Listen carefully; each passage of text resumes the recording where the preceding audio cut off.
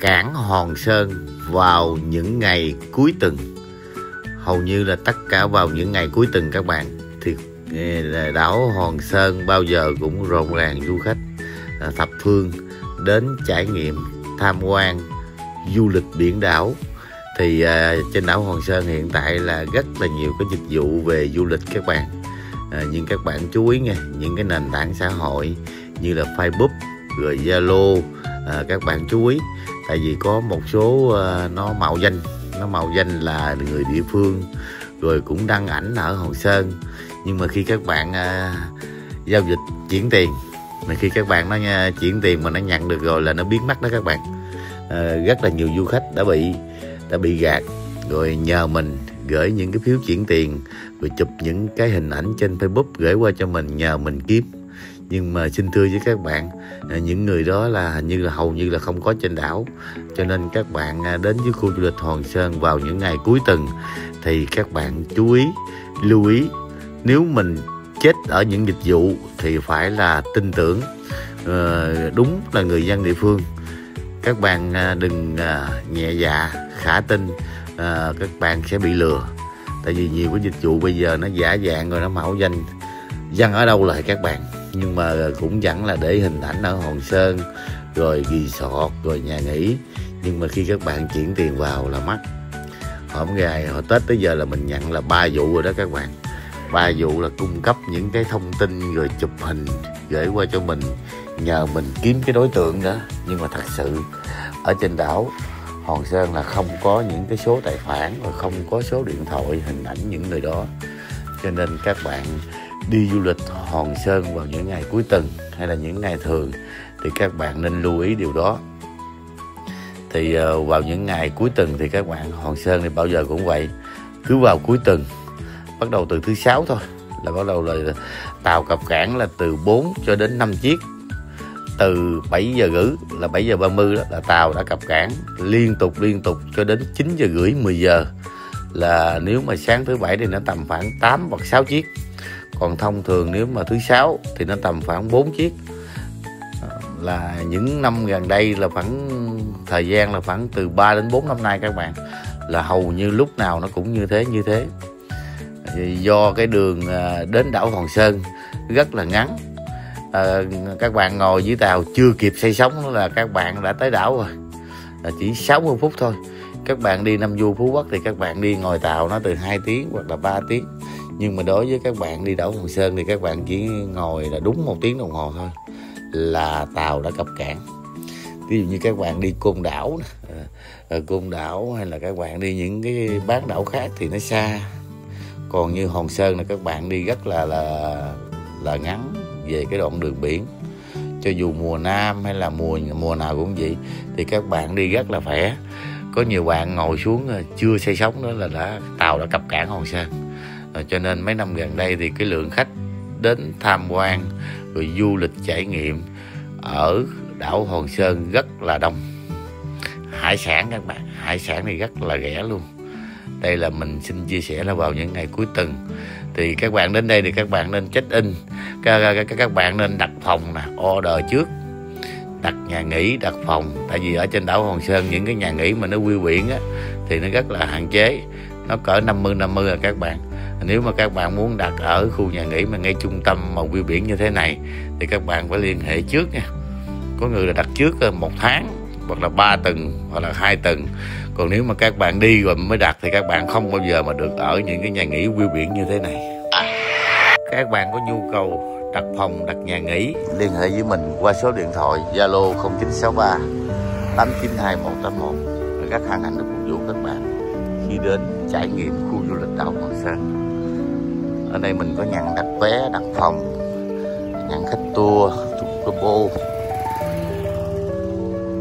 Vào những ngày cuối tuần các bạn đến với Hòn Sơn thì các bạn được trải nghiệm câu cá rồi lặn ngắm san hô các kiểu. Bữa nay là bầu không khí rất là trong lành vậy. Nước biển thì trong veo luôn. Đây, những thượng khách đầu tiên đặt chân lên đảo Hòn Sơn vào những ngày cuối tuần là đây.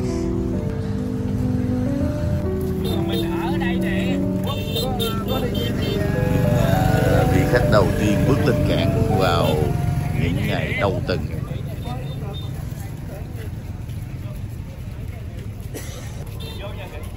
Các bạn đến đây các bạn đặt trước từ 10 ngày đến 15 ngày thì các bạn sẽ được chọn những cái phòng view biển đẹp. Còn nếu mà các bạn đặt trễ quá thì view biển khó lắm các bạn. Ở trên đảo Hòn Sơn hiện tại mà phòng mà đều nói view biển thì nó có hạn chế, chứ nó không có số nhiều đâu. Chỉ tầm khoảng 50% là phòng view biển thôi, còn lại tất cả là nó nằm ở trên xa biển. Cho nên mà các bạn muốn chủ động đi Hòn Sơn mà được những cái phòng view biển như thế này thì các bạn phải chủ động đặt trước từ 10 ngày đến 15 ngày. Đây là tàu thì cũng có vận chuyển đầu tư rồi hàng ra đảo luôn các bạn. Đây là sáng thứ 6 không? Sáng mai là khách dậy. Sáng thứ 6 thì trung bình thì thông thường thì sáng thứ 6 thì tầm khoảng 2 chiếc. Một chút nữa là chiếc Lightning tới. Chiếc này vừa lên xong rồi là tới chiếc Lightning.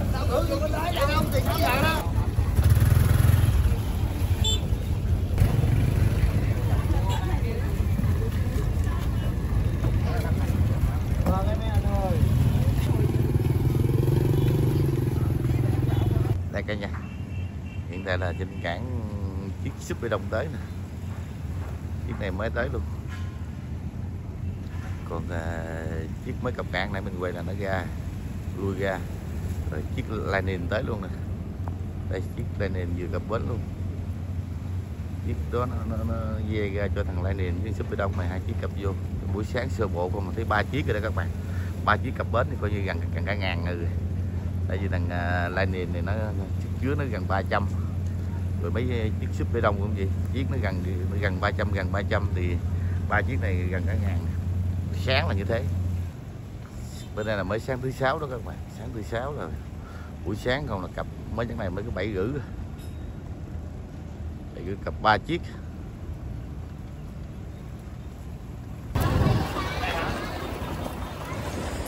Đấy các bạn thấy chưa, sáng thứ 6 thôi đó các bạn. Các bạn đến đây thì các bạn order trước nhà nghỉ phòng xe thì có nhân viên hỗ trợ người ta đón các bạn khỏe chưa tới nhà nghỉ luôn. Còn mà nếu mà các bạn không chuẩn bị trước mà các bạn lên đây với đặt phòng thì rất là khó cho các bạn luôn. Các bạn, nhưng mà các bạn chú ý một điều nữa nha, bởi vì bây giờ lừa gạt nó cũng có nữa. Nó giới thiệu là thương hiệu này thương hiệu nọ, nhưng mà cái đó là các bạn phải chừng chú ý. Mình phải lựa dịch vụ dân địa phương thì mình cũng xin giới thiệu với các bạn luôn, mình là hướng dẫn viên trên đảo, nên các bạn đến với mình thì các bạn cứ an tâm. Đây là sáng thứ 6 đó các bạn, từ 7 giờ rưỡi cho đến 8 giờ rưỡi là 3 chiếc đảo gần cả ngàn người. Mà đây cái chiều là còn nữa, còn chiếc 7 rưỡi thì có 9 giờ là tới đây chiếc là ngày thứ 6. Còn thứ 7 thì thôi miễn bàn, thứ 7 là rất là nhiều chiếc luôn.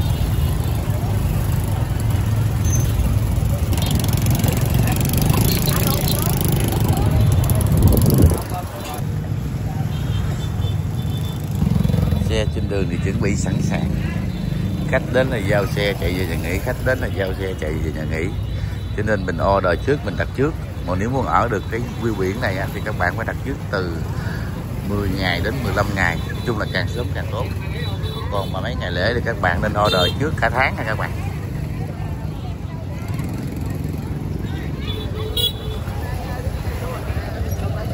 Trung tâm cầu cảng là đây, chợ đêm cũng đây luôn.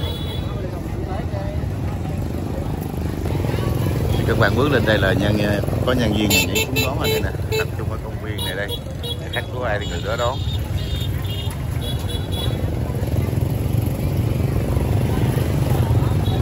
Mà ở đây mình có phục vụ nhà nghỉ luôn, rồi câu cá, lặn ngắm san hô, tất cả các bạn có nhu cầu thì liên hệ với mình.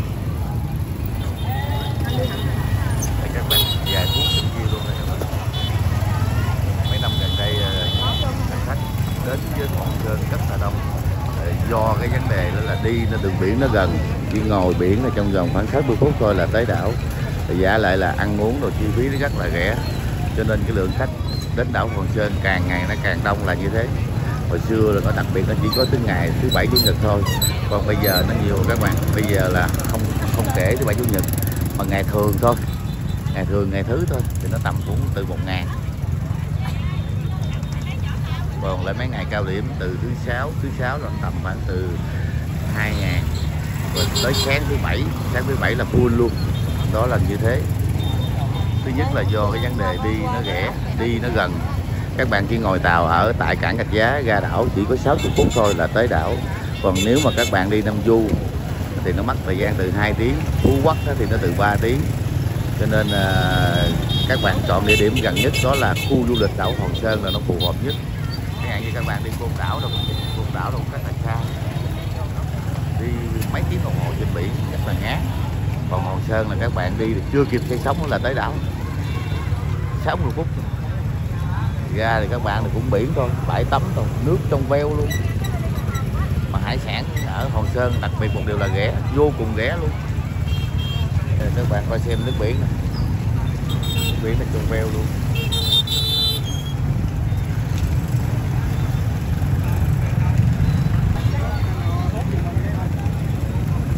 Ba chiếc cập cảng luôn.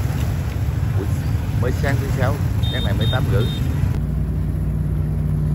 Đứng này là con cá cũng được vậy đây.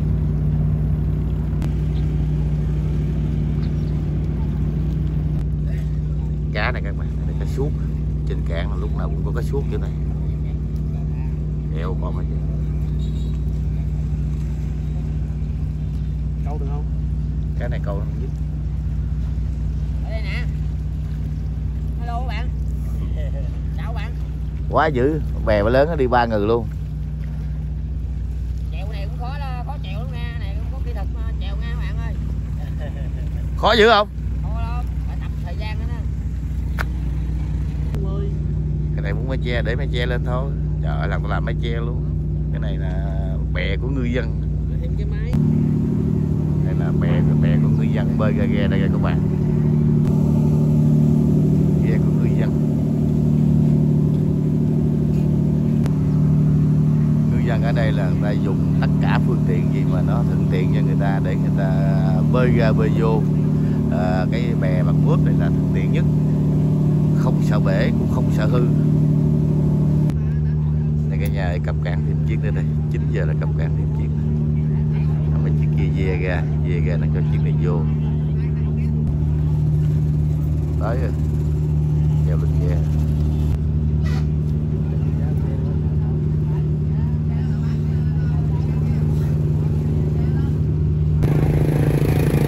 Rất đúng giờ, đúng 9 giờ là cập cảng.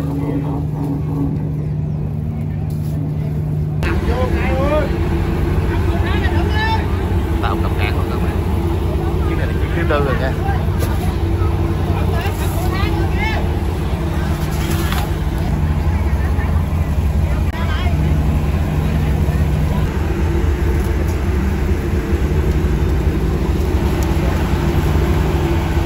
Bốn chiếc thì nó hơn rồi. 21 ngày 2 các bạn. Từ 7 giờ rưỡi cho đến 9 giờ là cập cảng là 4 chiếc.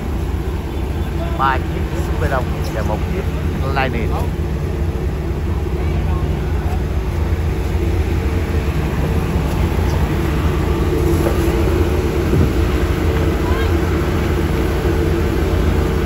Cái Hòn Sơn thì nó đi lại rất là dễ luôn, cho nên cái lượng khách đến cái đảo Hòn Sơn những năm gần đây là càng ngày là càng đông các bạn. Đó là một trong những cái lý do khách đã chọn địa điểm du lịch nghỉ dưỡng Hòn Sơn. Thứ nhất là giá tàu đi qua lại rất là gần, chỉ cần 1 tiếng đồng hồ thôi là tới đảo. Rồi ăn uống chi phí nhà nghỉ rồi rất là rẻ. Như các bạn muốn ở resort thì các bạn đi tầm 2 ngày 1 đêm thì nó tầm khoảng 2 triệu. Còn nếu mà các bạn đi nhà nghỉ thì tầm nó khoảng 1,5 triệu, 2 ngày 1 đêm. Còn nếu mà các bạn đi số lượng đông chừng nào nó sẽ rẻ chừng đấy.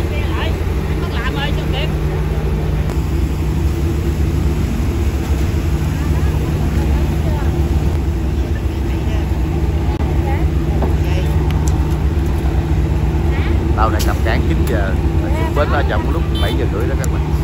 Lúc 9 giờ là cập cảng.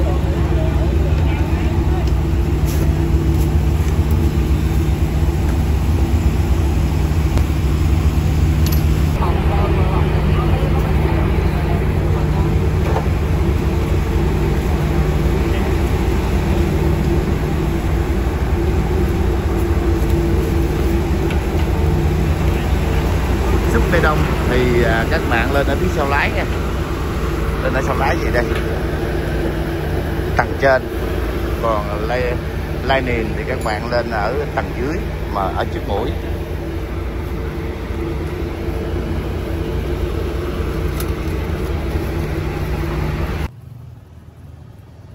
Thông thường khách lên cảng thì của ai thì người ta nhận các bạn. Mình đặt phòng, đặt xe, rồi đặt dịch vụ, đặt nhà nghỉ rồi trước thì lên cảng rồi là của ai, khách ai người đó nhận. Các bạn nhớ là phải order trước 5-10 ngày, nửa tháng để các bạn ở được những cái khu view biển. Còn nếu mà các bạn không đặt trước, các bạn đi ra kiểu mà hứng giờ nào đi giờ đấy thì cái tỷ lệ ra đây mà phòng view biển ở là rất là khó. Tại vì cái lượng phòng view biển ở trên đảo này rất là hạn chế, cỡ 50-50 rồi các bạn.